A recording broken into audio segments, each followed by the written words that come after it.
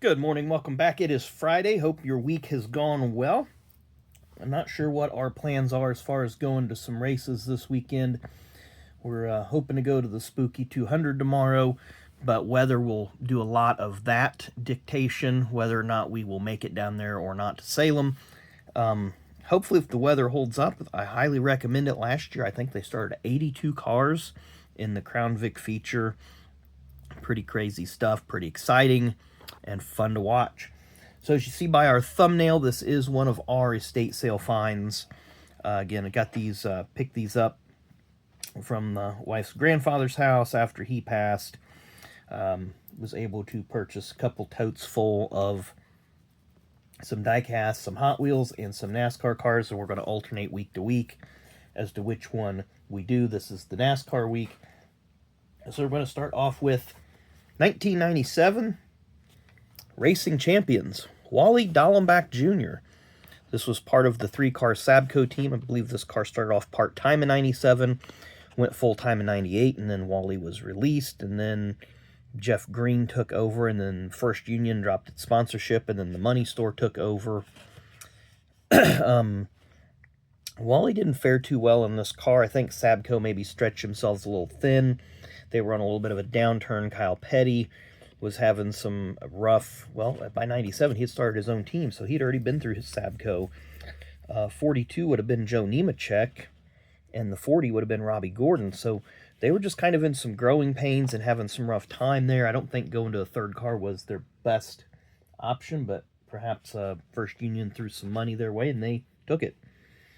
1998. Have a little blemish on this that I want to take off. There's like a little piece of dirt, but nonetheless. 50th anniversary, Todd Bodine, the red Tabasco car. Of course, that's the one of the famous cars in the Tabasco fiasco. Lots of stories, lots of videos about it online. I'm not going to go into much detail here, other than it was what it was. Let's see here. I don't want to move that card just yet, so we'll put that one in its spot. I'm afraid to move a couple of these because of the way that I've got this set up. It's kind of wobbly off to the side. Looks like from 1998, Winter Circle, Steve Park.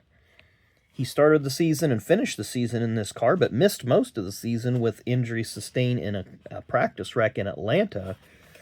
I remember watching that. I think it was on ESPN2. Steve had something, a blown tire, part brake, whatever, in turn 4. Hit the wall hard, and it did some damage to him, and he hit the wall 2 or 3 more times, including the pit wall. A very scary scene, but he did make a full recovery. 1997, we're going to stay in the Pennzoil family, but go back to the Bahari team, where Johnny Benson was the driver. I liked the look of this Pennzoil car. The car through 91 through 96 was just kind of all yellow and plain, but putting that black on the bottom gave it a little bit sharper appearance. It went from a clean look to more racy, I think. Winter Circle 1998. Batman versus Joker, Kenny Irwin. Now, I did pick up one of these at the Speedrome in one of the tables that some folks had. Zane, that would be your table. I'm guessing that was your dad or whoever else with you, but you mentioned that your cousin Braylon also watches the channel, so again, shout out to you guys. Always appreciate it when I get to meet and interact with people that watch. There's the logo, Showdown at Charlotte. I never got into the Batman movie, so I can't tell you very much about the characters, the plots, or anything else. See our next car. We're going to stay in the Winter Circle family. Go back to 1997 with the Jeff Gordon 1998 DuPont Monte Carlo. This would have been the car that Jeff won 13 races, 13 out of 33 races in 1998. And clinched the title with about 3 races to go. I think he claimed the title in Atlanta, if I remember correctly. That was a just a crazy long race. They had rain all day. They moved the coverage from ESPN to ESPN2. There's just a lot of craziness. He ended up clinching the title that day, and I think we still had in 98. What do we have? Phoenix and one other race maybe was the finale, or maybe that was the finale. I don't recall. But all I know is that race seemed like it took 12 hours. Going back to Racing Champions in 1998, we have Ernie Irvan's Skittles car, the Wildberry Skittles. I believe he was going to run this, or he did run it at Talladega, and then Craven ran it at Daytona the following week because Irvan was injured at Talladega. Still has the $1.97 Walmart price tag on it. Skittles was, like many of the food-oriented companies of that day, they could have an unlimited run of different die-casts, different paint schemes. And I kind of don't understand, like Monster Energy, for example, would be a prime example today. They could run a different paint scheme literally every week and never duplicate a flavor, make a die-cast, a shirt, and a hat of every one of those, and people would buy that stuff up. I don't know why they don't do that. I know they're protective of their branding. Go back to Racing Champions, or we'll stay in Racing Champions. This is 1999. One of the 10-year cars of Kevin LePage. Always kind of like that blue color, almost a metal fleck, but Prime Star was the sponsor. It replaced the Family Channel.